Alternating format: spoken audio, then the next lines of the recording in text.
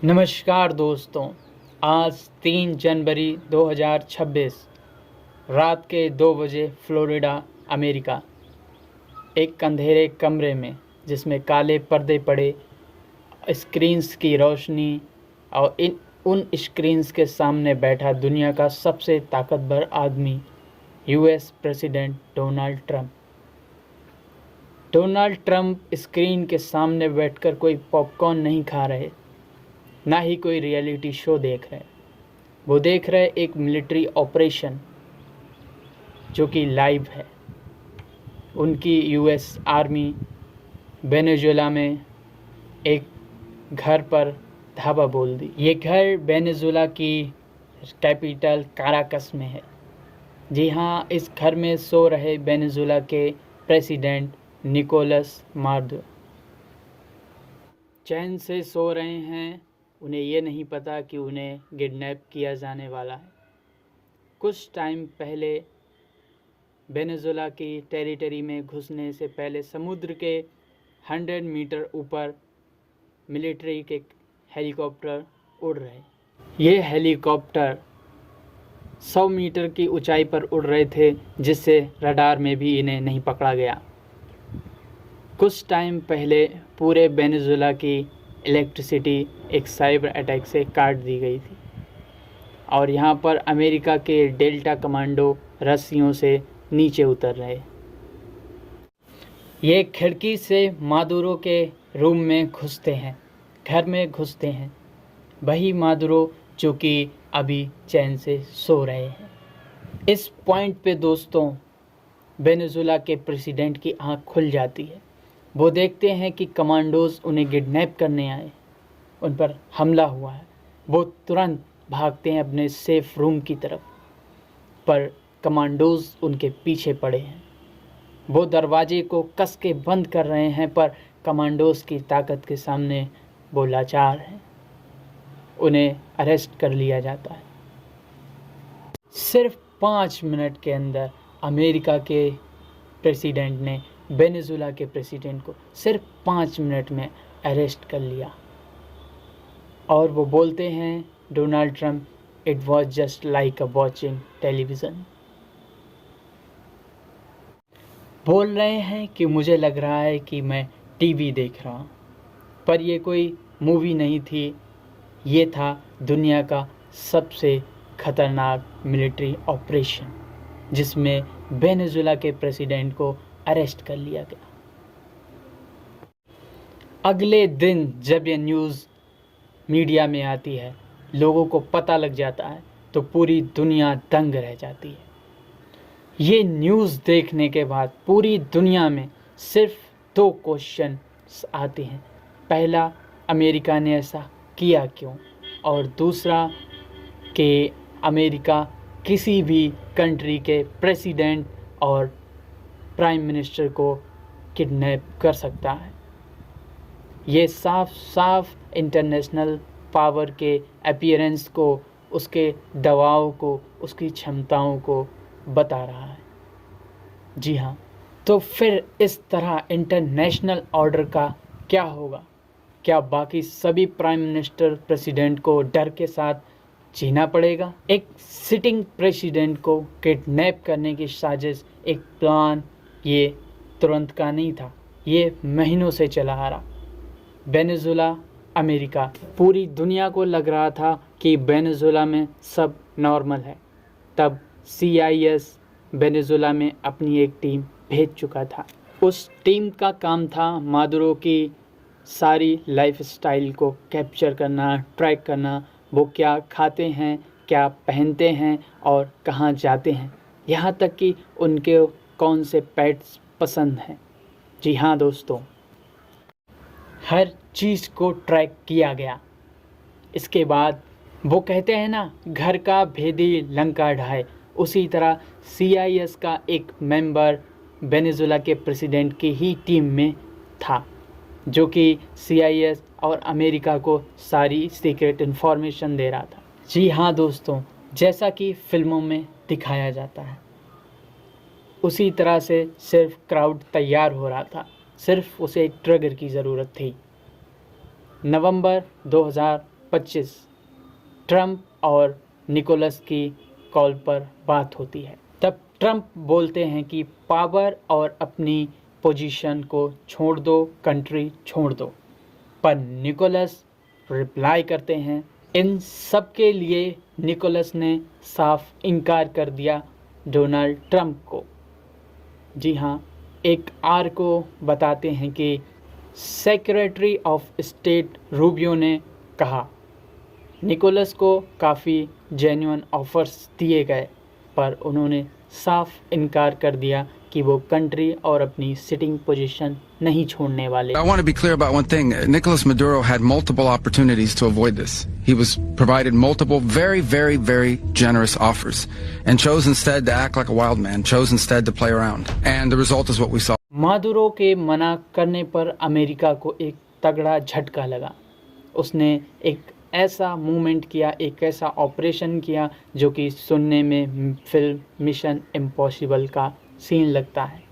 जी हाँ, उसने रातों रात अपने हेलीकॉप्टर भेज के डेल्टा कमांडोज के द्वारा, सोचिए, डेल्टा कमांडोज के द्वारा रातों रात वेनेजुएला के प्रेसिडेंट को सिर्फ 5 मिनट के अंदर किडनैप कर लिया, अरेस्ट कर लिया। अमेरिका ने एक प्लान किया। अमेरिका में, यूएस में केंटुकी नाम की जगह पे वेनेजुएला के प्रेसिडेंट के हाउस के ही तरह पूरा डिज़ाइन किया। फिर वहाँ पे मिलिट्री ने ट्रेनिंग की।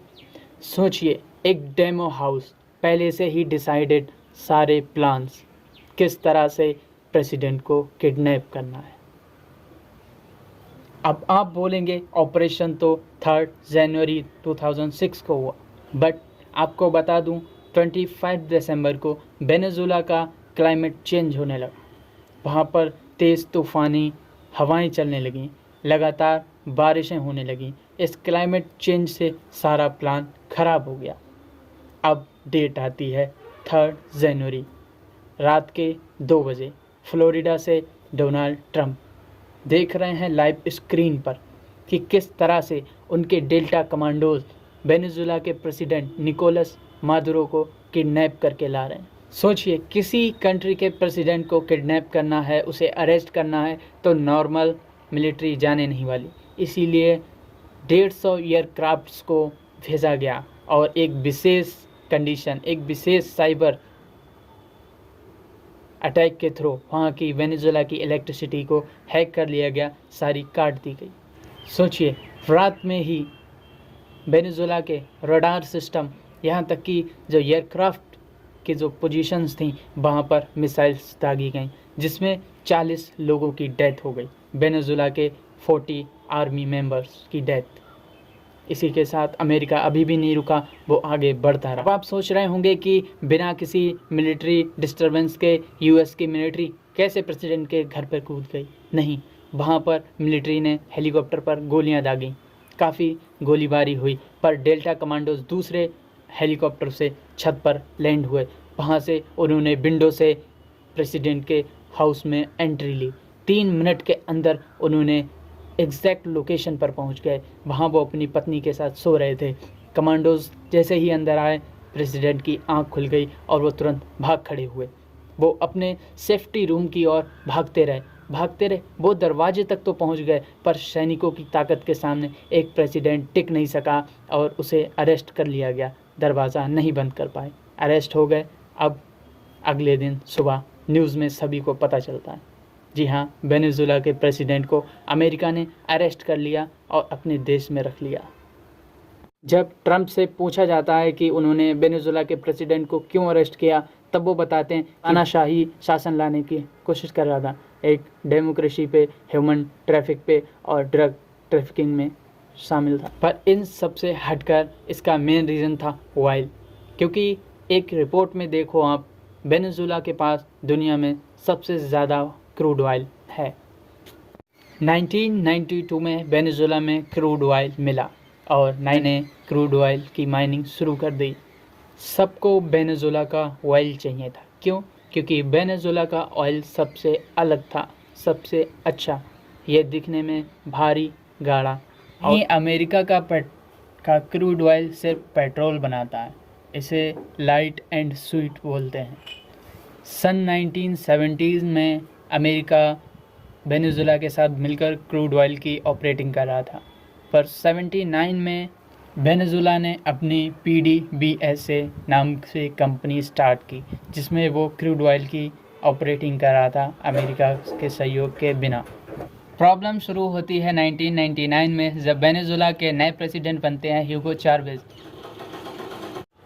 2000 में ह्यूगोज ने क्रूड ऑयल की कंपनीज का राष्ट्रीयकरण कर दिया, जिससे सन 2001 में वेनेजुएला के प्रेसिडेंट ने हाइड्रोकार्बन ऑर्गेनिक लॉ पास किया, जिसमें उन्होंने सारे क्रूड ऑयल के कंपनीज़ को वेनेजुएला की स्टेट बता दिया, यानी कि वो वेनेजुएला के अंडर में आते हैं। Hablemos nosotros mismos, colombianos, venezolanos, ecuatorianos, sentados en paz y como hermanos. इससे अमेरिका के ईगो को हर्ट हुआ। उसने 2002 में तख्ता पलट करने की कोशिश की वेनेजुएला में।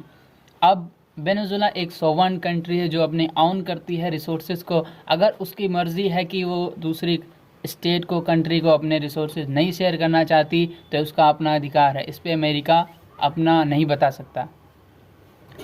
कॉरपोरेट के हाथों बनी कठपुतली अमेरिकी सरकार ने वेनेजुएला पर 2005 से ढेर सारे सैंक्शंस लगा दिए, थोप दिए। 2013 में ह्यूगोस की डेथ के बाद नेल्सन प्रेसिडेंट बनते हैं और 2019 में यही जो वेनेजुएला की PDVSA क्रूड ऑयल कंपनी है, इसके सारे एक्सपोर्ट्स को अमेरिका ब्लॉक कर देती है। अमेरिका ने पूरे वर्ल्ड को प्रेशर डाला कि वेनेजुएला से क्रूड ऑयल ना ख़रीदें। इससे काफ़ी लॉस हुआ। इस टाइम पे वेनेजुएला पूरे वर्ल्ड का 1 million barrel per day operate कर रहा है क्रूड ऑयल। सोचिए, ये पूरे वर्ल्ड का 0.8% है, मगर फिर भी वेनेजुएला के पास पूरे 303 billion barrel crude oil reserve है, जो कि ग्लोबल प्रोडक्शन का 17% है। And the next day Trump ने क्या बोला कि वेनेजुएला हमारे पेट्रोल को चोरी कर रहा है, उस पर अपना हक जता रहा, बल्कि जो मेरा है। ये बयान डोनाल्ड ट्रम्प ने दिए। Nobody has ever stolen our property like they have. They took our oil away. इसके बाद अमेरिका ने अनाउंस किया कि वो वेनेजुएला में जाएंगी और बिलियंस ऑफ डॉलर्स इन्वेस्ट करेंगी, उसका इंफ्रास्ट्रक्चर बदलेंगी, वेनेजुएला को विकसित करेंगी। इतना विकसित है और विकसित करेंगी, बिलियंस ऑफ डॉलर इन्वेस्ट करने हैं। सोचिए, उसके बाद अब आप बताइए, जब वेनेजुएला की ज़मीन पर क्रूड ऑयल हो रहा है, जब वहाँ पर उसके अच्छे रिसोर्सेज हैं, जिस देश में रिसोर्सेज हैं, अगर उस देश का ही वो क्रूड ऑयल नहीं माना जा रहा, अमेरिका इनकार कर रहा है कि वो मेरा है, तो फिर ये कैसे पॉसिबल? जिस देश में है उसी देश का हुआ ना। क्यों? क्योंकि अमेरिका को ये खलता है कि वेनेजुएला चाइना को 68% क्रूड ऑयल एक्सपोर्ट करता है। अब ट्रंप ने ऐसा क्या किया जिससे वेनेजुएला के प्रेसिडेंट को उन्होंने अरेस्ट कर लिया? उन्होंने वेनेजुएला के प्रेसिडेंट को ड्रग ट्रैफिकिंग के इल्ज़ाम में अरेस्ट किया, उनकी वाइफ के साथ, जो कि न्यूयॉर्क की जेल में है। वेनेजुएला के प्रेसिडेंट पर नार्को टेररिज्म और कोकेन कॉन्स्पिरेसी, साथ में हथियारों का लेन देन, ऐसे लगाए हैं आरोप। सोचिए, उसके बाद वो कहते हैं कि ये 1999 से ही अमेरिका वेनेजुएला पर अत्याचार कर रहा है, इस बारे में क्योंकि ह्यूगोस ने मना कर दिया था। अमेरिका ने बोला कि मादुरो 1999 से कोकीन और ड्रग्स की सप्लाई कर रहे हैं अमेरिका में, लेकिन ये मुश्किल है, नामुमकिन सा है। क्यों? क्योंकि वेनेजुएला में मेजर प्रोडक्शन नहीं बल्कि माइनर प्रोडक्शन होता है कोकीन का, ड्रग्स का, और वो भी जाता है वेस्टर्न यूरोप में। तो इसमें अमेरिका का कुछ भी नहीं जा रहा, मतलब अमेरिका के पास ही नहीं जा रहा। फिर भी उसने एलिगेशंस लगा दिए वेनेजुएला पर कि वो ड्रग्स सप्लाई कर रहा है अमेरिका को। टाइम मैगज़ीन की रिपोर्ट के अनुसार जो अमेरिका में ड्रग्स आता है वो कैरिबियन सी और पैसिफिक ओशन से होता हुआ नॉर्थ अमेरिका में जाता है, USA में। फिर भी उन्होंने वेनेजुएला पर आरोप लगाए। US प्रेसिडेंट ने एलिगेशन लगाई कि ड्रग्स से हमारे देश के नागरिक ख़त्म हो रहे हैं, लेकिन वो ख़त्म क्यों हो रहे हैं मैं बताऊं। फेंटालिन नाम का एक ड्रग है जो कि चाइना से आता है, चाइना के केमिकल से बनता है, जो मैक्सिको से आता है। ठीक है, चाइना से मैक्सिको, मैक्सिको से यूएसए में। तो ट्रम्प वेनेजुएला पर एलिगेशंस लगा रहे हैं। तो इसके बाद उन्होंने ये बयान दिया मिस्टर निकोलस ने कि ट्रम्प या अमेरिका हम पर वेपन्स का, न्यूक्लियर मिसाइल्स का आरोप नहीं लगा सकता, तो उसने ड्रग्स का लगा दिया हम पर आरोप। मादुरो एक तरह से 2003 के इराक वॉर की तरफ इशारा कर रहे थे, जिसमें अमेरिका और इराक में युद्ध हुआ। उससे अमेरिका रिलेट कर रहा है, एलिगेशन लगा रहा है कि मादुरो यानी वेनेजुएला के प्रेसिडेंट न्यूक्लियर वेपन्स क्रिएट कर रहे हैं, इन्वेंट कर रहे हैं। लेकिन हकीकत ये है इराक के पास न्यूक्लियर हथियार है ही नहीं, जिससे लाखों लोग मारे गए इस वॉर से जो 2003 में हुआ था। मादुरो ने इसीलिए कहा था कि जो ड्रग ट्रैफिकिंग का इल्ज़ाम उन पर लग रहा है वो झूठा है। अब आप बताइए, दिसंबर 2025 में अमेरिका ने हॉन्डुरस के प्रेसिडेंट जो कि है, क्या नाम है उनका, नाम याद नहीं आ रहा, उनको रिलीज़ किया, उनको छोड़ दिया। बल्कि उन पर एलिगेशंस थे, प्रूवन एलिगेशंस थे कि वो ड्रग्स सप्लाई कर रहे हैं अमेरिका को, फिर भी उन्हें रिहा कराया। क्यों? इससे ये साफ पता लगता है कि अमेरिका के ख़िलाफ़ जो बोलेगा उस पर वो कुछ भी एलिगेशन इन्वेंट कर सकता है, यानी कि कुछ भी आरोप मढ़ सकता है, और जो देश उसके पक्ष में है उस पर वो कुछ भी नहीं बोलेगा, उन्हें अपने साथ रखेगा। अब सोचिए ट्रम्प क्या कर रहे हैं, वो न्यू एज कॉलोनिज्म बना रहे हैं। सभी लोग यही बोल रहे हैं। क्यों? किसी दूसरे देश के रिसोर्सेज पर अपना कब्ज़ा दिखाना, वहाँ पर जाके टारगेट अचीव करना, जबरन फोर्सफुली उनको अपना बना लेना, हथियार लेना, ये क्या है? एक तरह का कॉलोनिज्म है जो ट्रम्प कर रहे हैं। हैरानी की बात यह है दोस्तों कि यहाँ पर ट्रम्प ने ये तक बोल दिया कि क्यूबा का भी डाउनफॉल होगा, और साथ में हमारे देश भारत देश के लिए भी उन्होंने टारगेट कर रखा है। सोचिए, ट्रम्प न्यू एज कॉलोनिज्म कर रहे हैं, यानी हमारे देश में भी आकर क्या वो रिसोर्सेज पर अपना अधिकार आजमाएंगे। कुछ ही टाइम बाद वेनेजुएला की जो वाइस प्रेसिडेंट थी रोड्रिग्यूज, उनको इंटर प्रेसिडेंट बना दिया गया। ठीक है, अमेरिका ने सोचा कि रोड्रिग्यूज उनका साथ देंगी, पर उन्होंने बयान दिया कि ये एक तरह का सीवेज अटैक था। वेनेजुएला के बाद ट्रम्प ने कोलंबिया, क्यूबा और मैक्सिको तक धमकी दे डाली। कोलंबिया के लिए बोला कि जैसा हाल वेनेजुएला का किया है वैसे ही अटैक और वैसा ही हाल कोलंबिया के साथ होगा। यहाँ तक कि ट्रम्प ने ग्रीनलैंड पर भी अधिकार करने की बात कही। साथ में उन्होंने इंडिया के लिए बोला कि mister Narendra Modi president of India, उनको ये रसिया से क्रूड ऑयल खरीदने के लिए मना किया, नहीं तो टैरिफ्स को हम बढ़ा दें। I spoke with Prime Minister Modi of India and just continue to pay massive tariffs. Donald Trump के इतना बोलने के बाद भी हमारे देश के प्रधानमंत्री का 56 इंच का सीना लेकर जो अपनी बात बोलते हैं, उन्होंने भी कुछ जवाबदेही नहीं की। यहाँ तक कि विदेश मंत्री एस जयशंकर, उन्होंने भी इस पर कोई जवाबदेही नहीं की। इसका साफ अर्थ है, क्या अमेरिका के सामने मोदी और जयशंकर, हमारे विदेश मंत्री और हमारे प्रधानमंत्री, क्या भीगी बिल्ली बन चुके हैं? अब सवाल ये उठता है, क्या अमेरिका का, क्या डोनाल्ड ट्रंप का वेनेजुएला पर अटैक करना लीगल है? नहीं। इंटरनेशनल रूल्स को वायलेट करना तो छोड़ ही दो, ट्रंप ने अपने ही देश के कॉन्स्टिट्यूशन लॉ को नज़रअंदाज कर दिया। इससे साफ है कॉन्स्टिट्यूशन लॉ में कि प्रेसिडेंट को किसी भी वॉर के लिए कांग्रेस की सहमति चाहिए। कांग्रेस अमेरिका की पार्लियामेंट है, इसको उन्होंने नज़रअंदाज कर दिया। यहाँ तक कि प्रेसिडेंट भी खुद से वॉर की अथॉरिटी नहीं रखते, उसके लिए पार्लियामेंट की मंजूरी चाहिए। 2003 में जब इराक वॉर हुआ था, उस टाइम पे जॉर्ज बुश ने, जो अमेरिका के प्रेसिडेंट थे, उन्होंने पार्लियामेंट में इसकी मंजूरी मांगी थी, तो कांग्रेस ने इसकी मंजूरी दी, पर ट्रंप ने ऐसा नहीं किया। इससे क्षुब्ध होकर कांग्रेस और लॉ मेकर जो अमेरिका के हैं, उन्होंने ट्रंप पर इम्पीचमेंट लागू करने का मन बना लिया है। इंटरेस्टिंग बात यह है कि जो ट्रंप की एसोसिएशन है, उसने खुद ये बोला कि कहीं भी वॉर करने के लिए, वेनेजुएला पर वॉर करने के लिए कांग्रेस की मंजूरी ज़रूरी है। नवंबर में वाइट हाउस की चीफ सूसी बिल्स ने बोला कि किसी भी लैंड पर अपना अटैक करना है तो कांग्रेस की मंजूरी ज़रूरी है। अब ट्रंप इस पर बयान दे रहे हैं कि ये कोई वॉर नहीं है, ये सिर्फ और सिर्फ ड्रग ट्रैफिकिंग का केस है। अब आप बताइए, क्या एक ड्रग ट्रैफिकर को पकड़ने के लिए 150 से ज़्यादा एयरक्राफ्ट की ज़रूरत है? क्या एयर स्ट्राइक्स करने की ज़रूरत है जिसमें 40 से ज़्यादा लोग मारे गए? और क्या साइबर अटैक करने की ज़रूरत है, इलेक्ट्रिसिटी कट करने की ज़रूरत है पूरे वेनेजुएला की? अब इंटरेस्टिंग बात यह है, यूनाइटेड नेशन का चार्टर आर्टिकल 2(4) ये कहता है कि कोई भी नेशन अपनी आर्मी को दूसरे नेशन पर अटैक के लिए नहीं भेज सकता। ये दूसरे देश की सॉवरेनिटी को रेस्पेक्ट करना है, ना कि अटैक करना, क्योंकि अटैक नहीं करना है, आपको रेस्पेक्ट देनी है।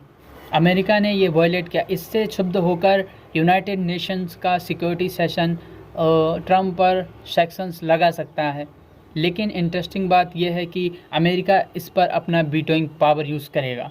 अगर ये सही है तो इस तरह से पावरफुल देश जिसमें चाइना और रसिया आता है, चाइना फिर अपने से कमज़ोर देशों पर, रसिया अपने से कमज़ोर देशों पर अगर इस तरह से अटैक करने लगे, उन पर अपना आधिपत्य बनाने लगे, तो ये वर्ल्ड वॉर की तरफ ले जाएगा। इससे उस देश की सॉवरेनिटी का क्या होगा? ये वर्ल्ड वॉर की तरफ जा रहा है, वर्ल्ड वॉर 3 हो जाएगा इससे।